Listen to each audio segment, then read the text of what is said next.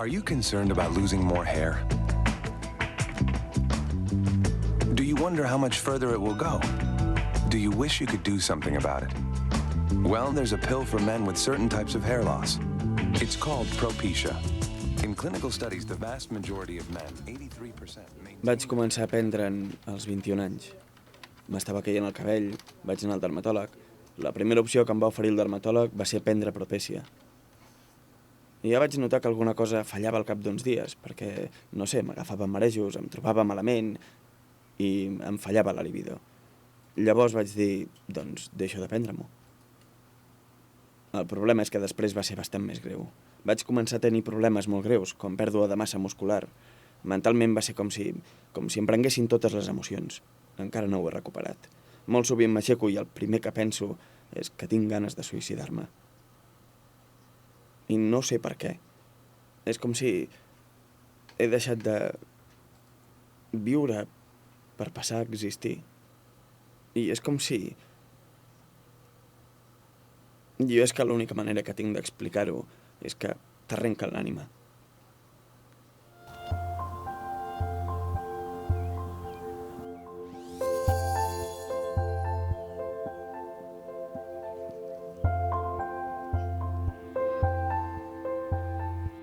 Propecia has taken away the last 5 years of my life. Who knows how much longer? It's terrifying. It's terrifying to me that Propecia is still being sold. There's undoubtedly somebody out there right now taking Propecia for the first time who is going to have their life turned upside down. It's frustrating and it makes me angry. Carlos and Michael live 6,000 kilometers apart, but what they have in common are lives that have been turned upside down by the side effects they say they've experienced after taking Propecia. Finasteride is the main active ingredient in this medication, which was initially destined to treat prostate ailments. As with so many drugs, an unexpected effect was noticed during trials. It promoted hair growth, and so Propecia was born, a way of preventing and reversing male pattern baldness. The leaflet warned of possible side effects that would disappear after discontinuing treatment. But in the cases of Michael, Carlos, and thousands of other users around the world, this has not happened.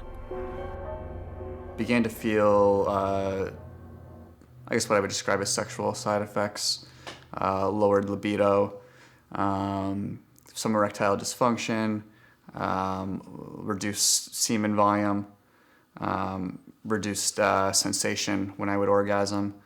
Obviously all these things were very scary. So I decided pretty much at that point that, whatever was occurring to me was certainly not worth keeping my hair.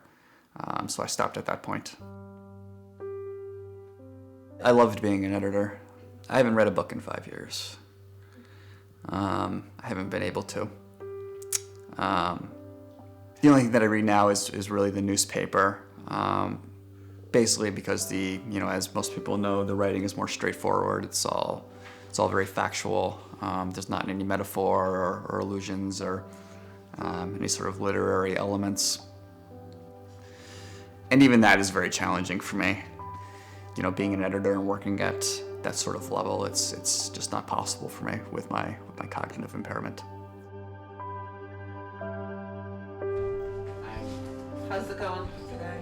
I cannot make enough money to fully support myself. I am a 32-year-old living with his mother. So my life is different in every way. In many ways, it's the polar opposite of what it would be right now. And it's been this way for essentially 5 years now.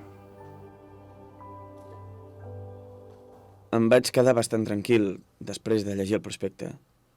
El prospecte deia que hi podria haver algun petit problema en el tema sexual, només. I que un cop deixaves la medicació, el problema desapareixia. So when I took it, there was zero indication that there were any sort of long-term effects of Propecia. The drug label in 2012 was changed to say that sexual side effects can develop in some men and continue. In some men, they can continue after stopping the drug. Millions of American men use to combat baldness and grow hair. It's Propecia, made by Merck, and it did $134 million in sales for them last year. But tonight, there are new questions about possible side effects. We get our report from our chief medical editor, Dr. Nancy Snyderman. In the summer of 2012, the George Washington University published its research. Not only did Propecia have serious side effects on sexual function, these effects might never go away. For the first time, there was clear evidence of an increase in depression and suicidal tendencies. This placed in doubt the information provided by Merck, Sharp, and Dome, who had to change their leaflets, even though the number of people affected was small. It involved thousands of men.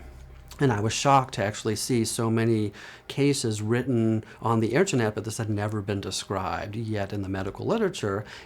As I started to see several patients, and the findings were quite astounding. So 75% of these men had some degree of depressive symptoms, and 41% actually had suicidal thoughts. And I think that people really need to know that. Both doctors need to counsel patients before they prescribe it, and the potential patients also need to be aware that this has been reported. My son was taking Propecia for a couple of years, and for male pattern baldness. He was in his early 20s. It was pretty devastating. He had most of the symptoms, including the brain fog, the insomnia, the impotence, extremely depressed. And in spite of our best efforts, it was like it just, slipped through our fingers. It was rough.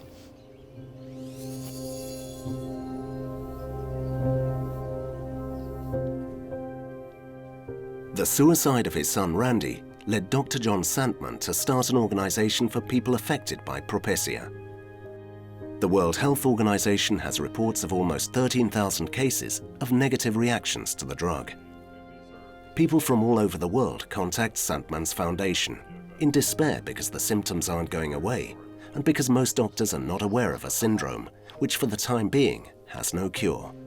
Today he receives a call from a victim in Spain. Let me start off with saying that if it's any consolation, your story is amazingly familiar. Yes, I have heard it many times before. For many other sufferers like me, the foundation, the Post-Finasteride Foundation, is the only hope. To be honest, in Spain, everything has been fruitless. I've been visiting about 10 endocrinologists, more or less, and none of them has been able to even to consider that these effects have something to do with finasteride.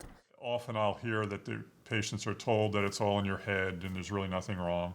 Yes, that's right. As you probably know, there's no proven effective treatment at this point. Hopeful that in the midterm, again, not within the next year or two, but in the 5 or 10 year range, that we'll have some really significant stuff. If you have a small study, you're not going to pick up an uncommon or a rare side effect. So for example, if a side effect occurs in 1 in 10,000 people, if you only study 1,000 people, you're unlikely going to pick it up. It doesn't mean it doesn't exist, it just means that the study didn't have enough people. A lot of the studies also did a very poor job at looking at safety and at risks. I think a natural reaction for someone like me would be to blame Merck, but I try not to do that, and I think it's ultimately the result of the system and the structure, and that I don't think Propecia is really all that unique. Drugs that should never have gotten on the market, they got on the market because the FDA has been weakened because it's funded largely in terms of drug review bought directly by the pharmaceutical industry in terms of cash.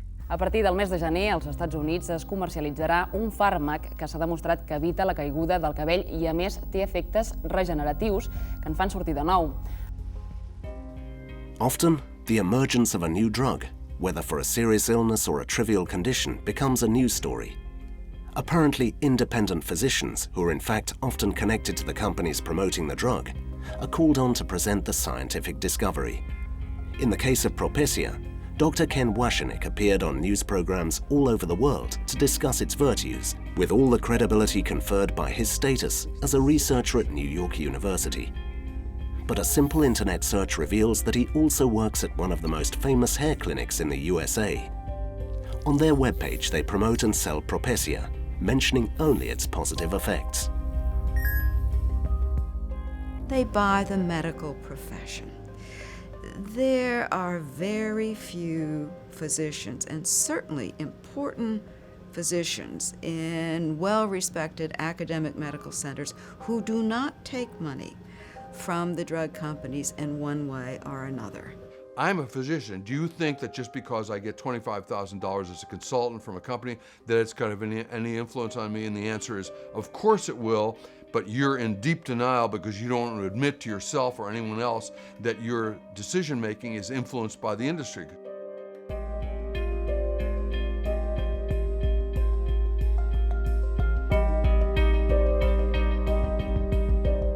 A risk factor becomes an illness, and the dangers of straightforward symptoms are exaggerated. The result is a dependency on pills that may jeopardize the viability of health systems, and even worse, human lives. In Catalonia, the tide has begun to turn, and many health centers are running de-prescription programs with positive results. Hem de ser farmacrítics tots, sigui la gent i la població i els professionals sanitaris. Si tothom assumeix la seva responsabilitat com cal, segur que aconseguirem que efectivament el medicament jugui el seu paper, que és fonamental per la salut de la nostra societat. The pharmaceutical industry has a legitimate interest in making a profit by selling drugs that have saved and will continue to save lives. And they find rich pickings in consumers in search of a panacea that will give them eternal life without complications, an ambition that may be incompatible with life itself. The blame can be spread all around. I think the blame can be the drug companies, it can be the physicians who are prescribing it. You can blame the public because the public, they're always looking for an easy out, right? I mean, I don't want to have to diet and exercise. I just want a pill. There's a lot of wonderful pills in our that we have, and they do a lot of great things. They're often good, but they're not always good, and sometimes they're bad. And you have to be discriminating. I mean, you have to think about it, you have to analyze it, and you have to really decide, is taking this pill really worth the risk?